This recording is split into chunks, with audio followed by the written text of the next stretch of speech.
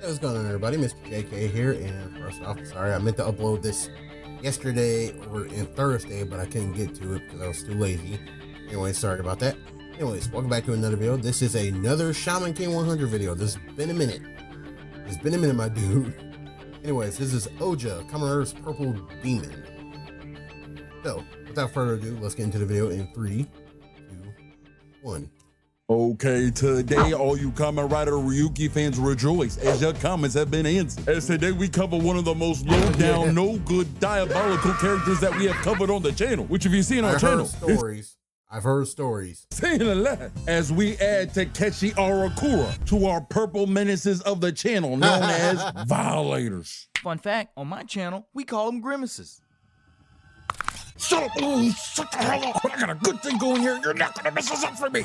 I don't know why you yelling at me. You asked me to do this. I ain't even want Now with that out of the way, let's get right into it. So we start this off meeting Takeshi in a Japanese prison where he is, oh my God. Nah, bro is bashing his brains in with the bars. No. Oh, heck no. This boy deserved to be here. I just know it. Nah, that's all sorts of crazy. You know who else knows it? This guy that rejected to be his lawyer because he just knows he is bat-ish crazy. And keep this in mind because this dude will hold the grudge over this lawyer who also happens to be Kamen Rider Zold for the whole entire series. Yeah, this Violator's pettiness knows no bounds. But after this interaction, I guess by the devil's doing himself, Arakura was gifted the power of becoming a Kamen Rider. And how was he gonna test run his powers? By feeding everybody in the prison to his little pet snake. Oh, there is no such thing as rehabilitation at this prison. This man didn't learn a thing. I guess while he's going on a murder spree, I think it's a good time to explain you the synopsis of Kamen Rider Ryuki so you can understand what's going on. So just like about in every other Kamen Rider I've covered. Yeah, so the whole, just to give you a quick rundown, the whole thing about Kamen Rider Ryuki, well, its whole gimmick is it's a tournament. It's a specific type of tournament that if you defeat, you become a Kamen Rider by going into the mirror world and making a contract with a mirror world beast there. And upon making a contract with them, you have, there are 2 goals you need to fulfill. First is powering up the beast you contracted with, and also making sure to maintain feeding that thing, else it'll turn on you. And the secondary goal, on top of the taking out the other beasts, mirror beasts in the mirror world, is to fight the other Kamen Riders to the death. And upon defeating all 21, I think there is 21 riders in that series. Defeating all 21 riders, in the tournament, the person that defeats them all gets a wish for whatever they want. Covered on this channel except for builds. This is pretty much a battle royale or calling game for you freshly new nerds. Given as an excuse to I'll say calling game is more close. See a whole bunch of different rider designs and have them fight each other. But the cool twist Ryuki does with this battle royale is that there's a regular world and a mirror world, and that these riders go in and out of any reflection to get into that mirror world. And they go there either to fight monsters, feed their beasts, or fight each other. And how these Kamen Riders get their powers, like we just saw with our boy, is that they make contracts with mirror beasts that range from everything from Ryuki's dragon to Spider-Man's rhino. The drag reader, I can't remember the name of that guy's fucking thing. I'm pretty sure that's a Gundam. But for the riders to keep these powers and stay in the mirror world, the riders have to feed their contracted beasts. And yes, they have to feed them to gain more power. And they do that in one of 3 ways: feeding them other mirror beasts, defeating other Kamen Riders, or in OUJA's case, he just feeds him the endless amount of people on Earth. Nah, this dude's like an actual demon. So with that out of the way, what do you think Arakura's first order of business was? By the way, he's not the first person to do that. The second person to do that was a corrupt ass cop, Kamen Rider Scissors. To do after breaking out of jail and getting new powers. Yeah, he goes and holds a whole bunch of people hostage at gunpoint. Nah, there is a reason why this person deserved jail, bruh. Man said, I'ma come out the same way I went in. But him endangering all these innocent bystanders got Ryuki and all the other riders riled up to stop this man. But this is what Asakura was banking on, because he did all this just to get the attention of one specific writer, that being the lawyer from earlier. Man was down to kill all these people just because a man kinda pissed him off. I'm just saying, man didn't want to represent you because you seemed crazy and you just proved him right. So how you mad that a man was right about you? My boy, you belong in there. But the lawyer, aka Kamen Rider Zolda, shows up to defuse the situation and asks Asakura if they can step in the mirror world so no one gets hurt. So this violator obliges and we get to see the full transformation, and boy, we need a fit check. As you know, every violator comes in their own shade of purple, which I gotta admit, like the fit goes hard. Signifies royalty, which goes perfect with his King Cobra design and mirror monster. I know if Lambo was here, he would give me praise for my deep dives and analysis, because I be noticing itch too, brother. But as well, the touch of the Cobra hood being the vents of the helmet, as well as the viper fangs on the mouthpiece. Now, if they ever turn Cobra Commander into a Kamen Rider or a Power Ranger villain, yeah, this is that would definitely be his fit they need right here. And oh snap, even comes with Jafar snake stick. Oh, I know somebody. Oh, I knew somebody was gonna make that reference. Fit to be touched. Now, the suit must enhance the experience, just like Juan, who I partnered with this video, who can enhance your gaming quality of life. You know what sucks about gaming as an adult? You just don't got time like you used to. Back in the days, I could grind 6 hours on a game. Now I got about an hour or two max. And if I spend that whole hour doing something like this, boring. There goes my whole gaming session, and I didn't even have fun. And that's why I've been using Juan for almost a year. You see, just by hitting Alt W here, it takes a boring session like this and turns it into something like this. I can add multipliers, get rid of pesky item weight, speed things up literally, and basically cut out whatever's dragging down your experience and customize the game to your like. But the real quality of life feature, if you've ever played any RPG game, you know about those giant community maps and guides you gotta keep pulled up on a second screen. Juan said, nah, just put it in the game. Maps, guides, character builds, locations, all in your overlay, all without leaving the game. You can filter exactly what you're looking for and even teleport straight there. It's basically Google Maps for your video game. Who does Juan have cooking back there? I'm just saying. Juan supports over 4,000 single player PC games, whether you're playing normally, making content, or just want to mess around. I genuinely think this is a must have for any gamer. But you can check out Juan yourself by using my link, juan.gg/ShamanKing100. And thank Juan for sponsoring today's video. Oh, and Kamen Rider Zolda tried to show he got that ish on him too with his Jet TTT looking ass. Pulled out the thingamajigger and started blasting, and that thing didn't do dang diddly squat. OUJA over here feeling like Superman, like, ha ha ha, bullets have no effect on me. Oh snap, that will do it. Boom! So our violator, seeing that this man is just as crazy as him, decides to roll up to the other Kamen Riders and see if he can kind of get in between, thinking, oh yeah, man's gonna have to watch his aim so he doesn't hit nobody. Just for him to realize our boy don't give a damn. And man whips out a what the fuck? Did this man just whip out Mecha Karumon? What am I looking at? Nah, I'd be mad pissed if I got a freaking Rhino and this dude over here walking around with War Machine. But Zolda done unleashed his level 3 ult on everybody in the vicinity. But as the smoke clears, we are about to witness just how diabolical this violator is, as we are about to witness this man's first victim, as we see Kamen Rider Guy just standing there while everyone else is on the floor. And for a second, I'm thinking, yo, this guy really different. He must have tanked that ish. Just for us to see behind him as he gets thrown by the floor that our violator used this man as a human shield. Nah, man, he did man the same way Princess Peach be doing Toad. Nah, this boy hate don't discriminate. If he have the opportunity to perform some cruelty, boy does it like it's his duty. And if not just using this dude as a human shield wasn't bad enough, then Asakura just starts beating on man. Now, if I am Kamen Rider Guy right now, I am pissed that I'm about to be going out like this. Because this violator goes and summons his mirror beast, which is a giant purple cobra. Oh no, man, it's on some Orochimaru type timing. I'm doubling down on what I said from earlier. Someone is definitely getting touched. And no, this man think he Duke Dennis, he tried to hit that backflip out of nowhere. Hit that Joan right into the Cobra as it launches, man. Oh no, there's no way. I gotta be seeing things. I gotta double check this, because there is no way there are two Kamen Rider violators that we have covered whose both finishing moves is a Booker T scissor kick on their opponent. Oh no, man got violated 5 times harder. And just like in WWE, there was no survivors after that one. Oh, and guys, Rhino was loyal as heck. It was over there crying like, Master. there. But since we talking about Booker T, you better go check out my Stone Cold Austin and Booker T rivalry only on Patreon, because YouTube said I can't post it on here. You can see that, a whole bunch of other stuff on Patreon, including my wallpaper and such. So go make sure to check it out. But Ryuki done seeing this man get packed up like that couldn't let that type of disrespect slide. He done called up the dragon like, hey, how about you handle somebody your own size?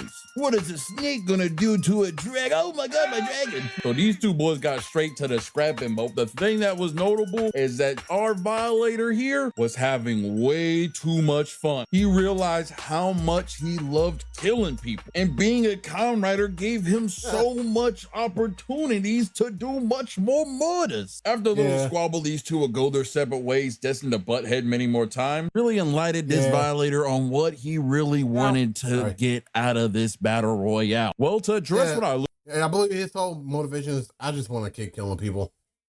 Alluded to earlier, what is the point of this Kamen Rider Battle Royale? What do they win? And that's probably one of the most important parts. You see, in Kamen Rider Ryuki, the one person to win this Battle Royale gets their one wish fulfilled. What do you mean by that? And these wishes can vary, like we've seen in the other Kamen Rider series, from some people wanting it more. Yeah, to put it another way for you, newer Kamen Riders, think Kamen Rider Geats, which is kind of like a parallel with Ryuki.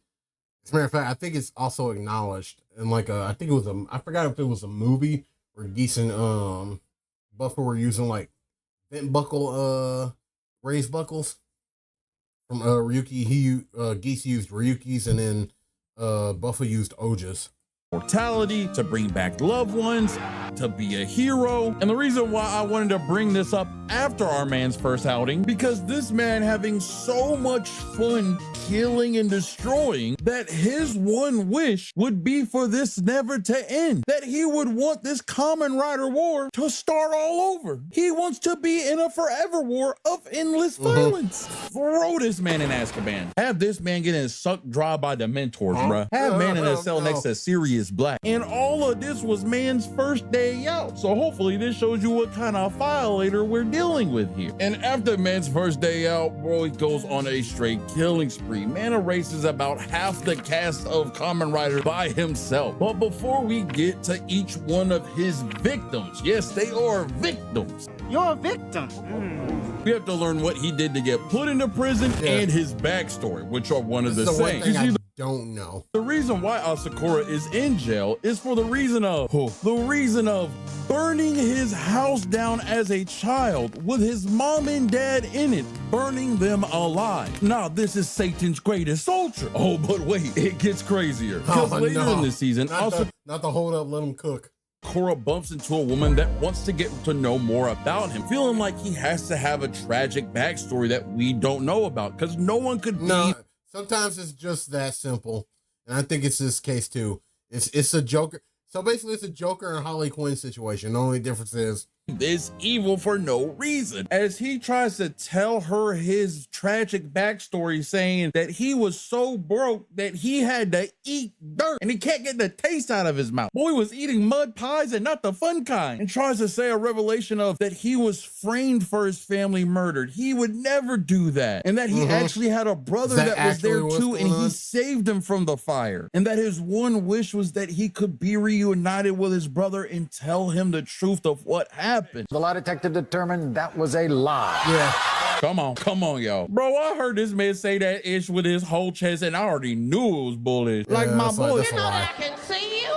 the first thing you did out of jail was hold up some people hostage and kill countless others. Bro, you literally wished for more violence. And this girl that thought he was so misunderstood literally went and found this man's brother and brought him to him. Oh, nah. And bro, this sadistic man, Asakura, really done pulled up to his brother like, hey man, I'm so happy to see you, little bro. You've grown so much. I have something that I've been meaning to tell you. Bro, that awful fire that I saved your life from and that took the lives of our parents. Yeah, bro. Yeah, I did that. What? Yeah, boy, I done let that thing ablaze, had it smoking on mama and papa pack. Hey, that thing looking like the Salem witch trials when I was done. What you want your parents? Extra crispy?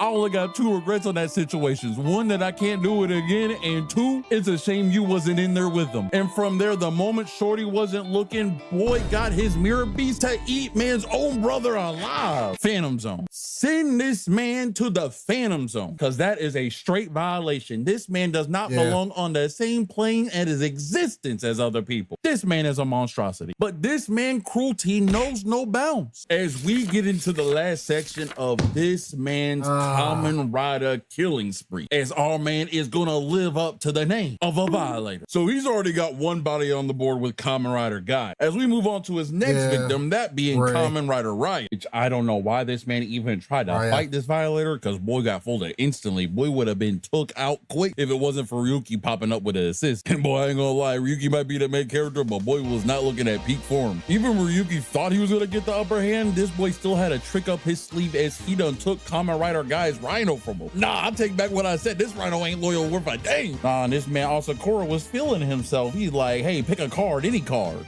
Psych, choice is an illusion, and goes for his Cobra Scissor Kick once again, ready to cut this season a few episodes short, just for Ryo to push Ryuki out of the way and take the hit, having this man take a dirt nap. Bro, whatever Asakura is packing in them. And the thing is, I believe Raya, his I forgot his identity name, but he had a premonition that he was gonna die. I think he said he was going to die protecting him.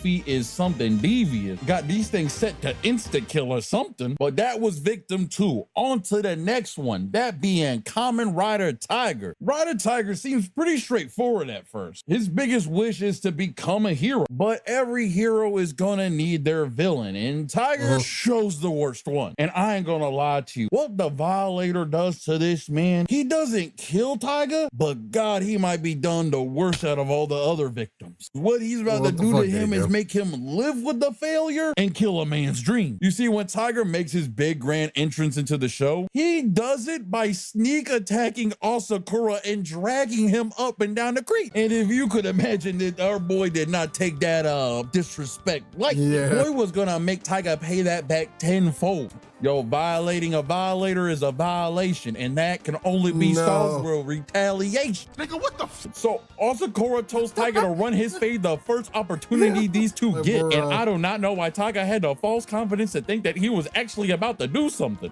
Did you forget that you only got the one up on this man because you sneaked him? Surprised to say, boy could not survive a fair one. Asakura was giving Tiger the beats by Dre, and this man had the goal being like, oh, you need help up, bud? Psych! It started caving in this man's chest. Bro even looked down and taunted man while his boot was on his chest like, oh, I thought you wanted to be a hero. What happened? What happened? Man made Tiger realize he a civilian at heart. Didn't even have a dreams to be a hero no more. Had boy crying home to his mama. When I say this man almost made boy give up on his dreams, it's gonna make sense when I talk about the next person to be victimized. That being Kamen Rider Emperor. You see, this guy's story is actually pretty interesting. You see, because his big wish is pretty simple. He wants a comfy lifestyle, be in his family's good graces, and be rich. Nothing too crazy. The thing that is crazy, however, is that this man became rich and got the lifestyle he wanted before he even won the Kamen Rider competition. So to him, he felt like there was no other reason to be in here and tried to resign just to find out that's not how this works and there can only be one Kamen Rider left. So rich boy figuring this out tries to speed run the competition and go straight for Ryuki. Boy's like, yo, if I could take out the main character, I should have no problem taking out the rest. And man almost did it too and had Kamen Rider Tiger assisting him. Oh, but Tiger was having